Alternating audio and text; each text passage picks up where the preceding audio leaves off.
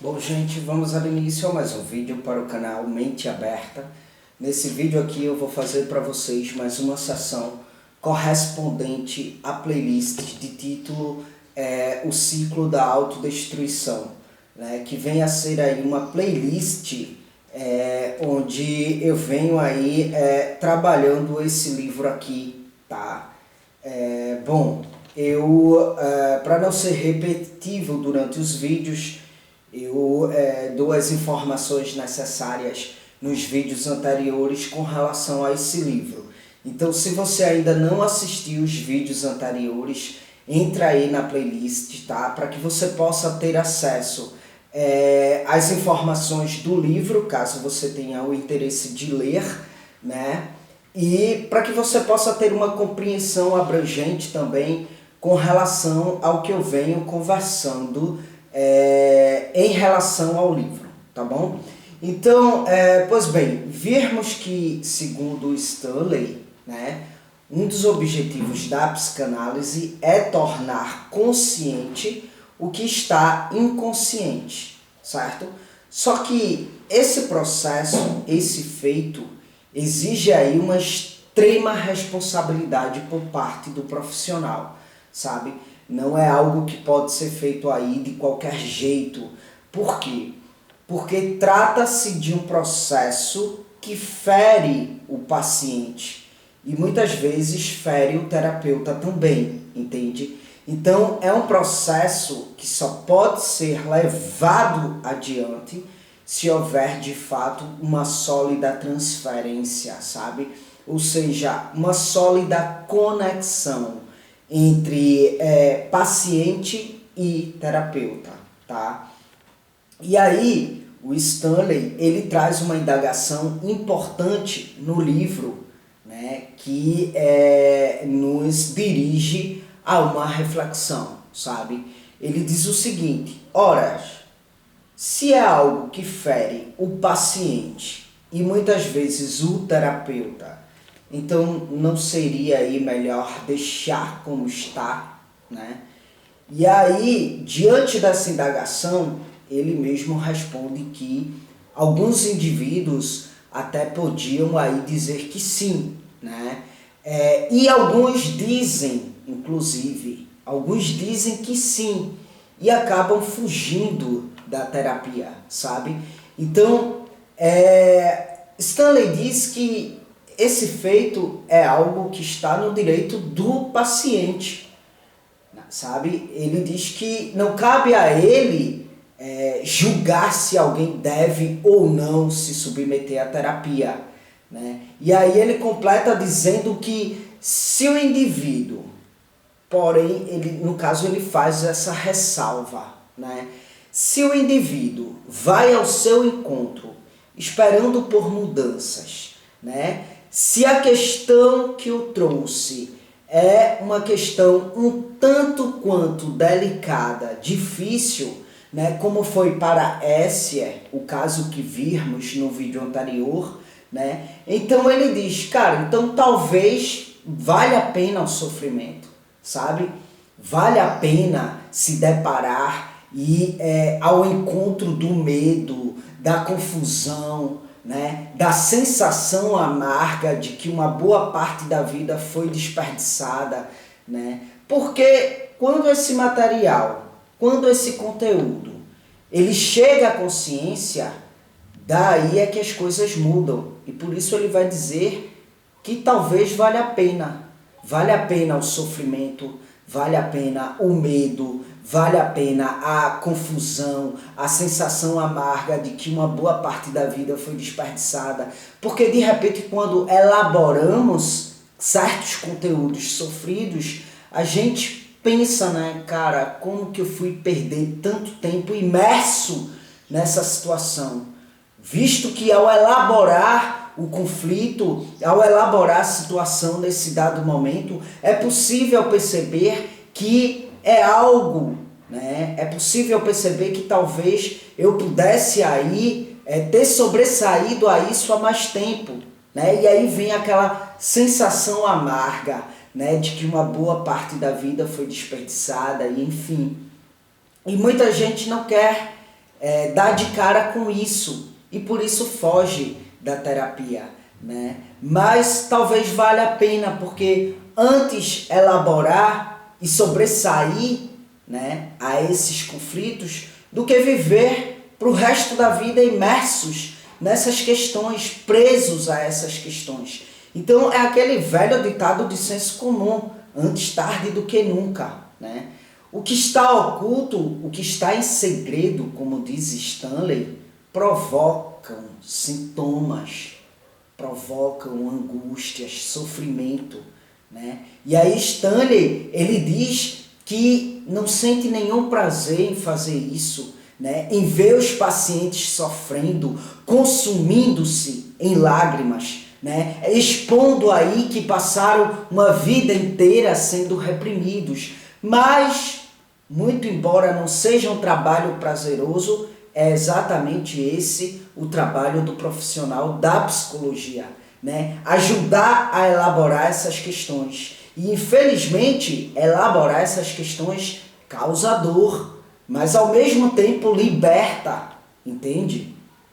Pois bem, expor vulnerabilidades e encarar questões desagradáveis que foram sepultadas há muito tempo é uma etapa da terapia, da psicoterapia preliminar necessária. É uma etapa preliminar necessária e às vezes a parte mais fácil.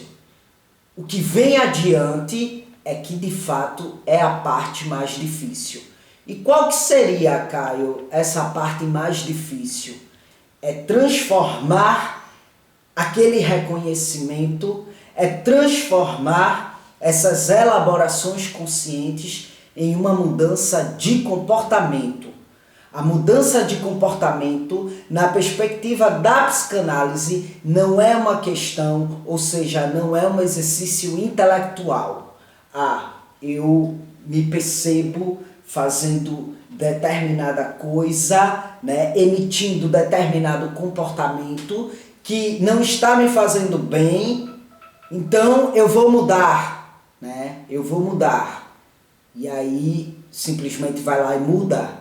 Né? Na psicanálise isso é algo mais aprofundado, sabe? Não é uma questão de exercício intelectual, entende? A mudança não é uma questão de simplesmente, eu vou mudar, entende? Vai para além disso. O reconhecimento, ele precisa ser internalizado. Quando você elabora as suas questões, os seus conflitos, né? Aquilo que está te demandando angústia, quando você reconhece o que é que está te demandando angústia, quando você se depara com conteúdos, né, que são conteúdos aí que estão te auto-sabotando, né, e quando você reconhece isso, você precisa, para além de reconhecer, internalizar, né? Você precisa sentir, você precisa elaborar. Se o reconhecimento não for internalizado, não for sentido e elaborado, nada vai mudar. E por isso é que causa tanta dor reconhecer as nossas mazelas, né? Relembrar experiências, sensações, memórias que muitas vezes foram reprimidas, né? E das quais apenas sentia uma vaga lembrança, pode realmente levar à mudança. É nisso que a psicologia acredita, de modo específico, falando desse livro, né, a perspectiva psicanalítica, sabe? Quando você relembra experiências sofridas, sensações e memórias que muitas vezes foram reprimidas e das quais você tinha apenas uma vaga lembrança, isso pode realmente te levar a uma mudança, a um novo modo de perceber o eu e o mundo, né? E aí isso pode ser o começo de uma nova percepção do eu. Um eu livre das distorções e dos sintomas que são aí inexplicáveis e que de repente persistiram desde a infância, né? E aí, gente, enquanto eu estava debruçado sobre essa parte do livro, me veio aí à mente um fato que eu posso usar como analogia, sabe?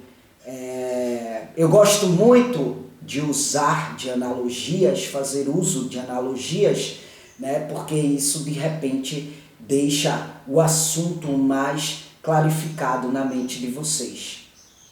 Pois bem, quando eu era criança eu odiava fígado. Eu não comia fígado de jeito nenhum, sabe? Seja de boi, seja de galinha. Eu não gostava de comer fígado. Eu achava péssimo o gosto. A ponto de que se a minha mãe ela forçasse, eu era munido por uma ânsia de vômito. Eu detestava fígado. E aí o tempo foi passando e eu cresci sem nem gostar do cheiro do fígado. Mas um belo dia, por volta aí dos meus 26 anos, né, eu inventei de provar novamente o sabor do fígado. E pasmem, eu adorei. Ou seja, algo que quando criança era amargo, né? E eu cresci com essa imagem de que o fígado é péssimo, o gosto do fígado é péssimo. De repente me veio aí aos 26 anos de idade a curiosidade de experimentar novamente o sabor do fígado, né?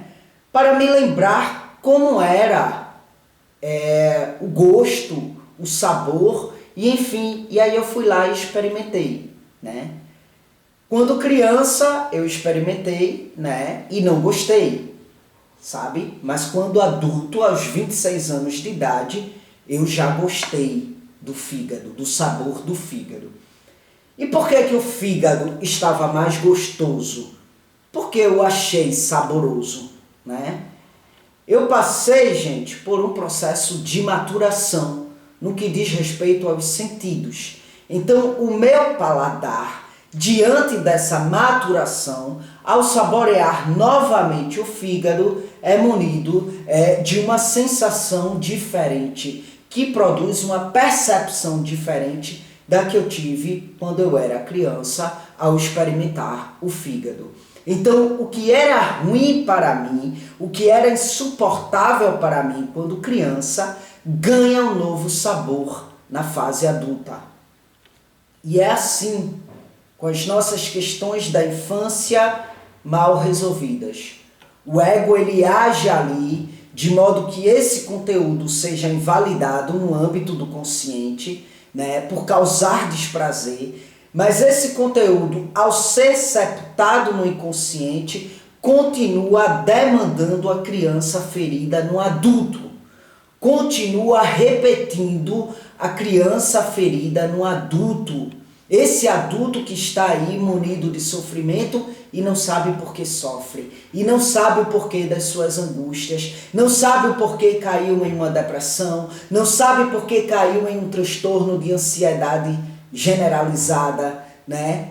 Não sabe o porquê das suas questões, não sabe o porquê está munido por determinados sentimentos. Então, no trabalho psicoterápico, ao ter essas memórias trazidas para o consciente e ao elaborá-las de modo consciente, o mesmo tem aí a possibilidade de lançar sobre esse acontecimento da infância um novo olhar maturado. Assim como, ao saborear o fígado, já foi diferente para mim, porque o meu paladar estava maturado. Então, é do mesmo modo, sabe? Diante do fato de estar cobertado por um olhar maturado, então ele vai estar munido da capacidade de colocar esse acontecimento, essa memória, esses sentimentos no lugar certo dentro dele. E assim, ele vai se livrar da criança ferida, né, que estava aí o aprisionando, certo? Bom, então é isso, gente. Eis aí mais uma sessão acerca desse livro maravilhoso, tá certo? Espero que vocês tenham gostado. Aqui embaixo, no campo de descrição do vídeo, você vai encontrar aí informações adicionais. como meio de contato comigo, que é exclusivamente por e-mail, tá certo? Você vai encontrar aí meus outros 2 canais aqui no YouTube, Caio e Seus Diálogos e o canal Só Psicanálise, tá? Você vai encontrar meus 2 blogs, você vai encontrar aí meu Twitter e meu Instagram, caso queiram me seguir, tá bom? Então dá uma olhadinha aí na descrição do vídeo para que você possa ter acesso às informações adicionais, certo? É isso, gente. Obrigado mais uma vez pela atenção de vocês e até as próximas gravações.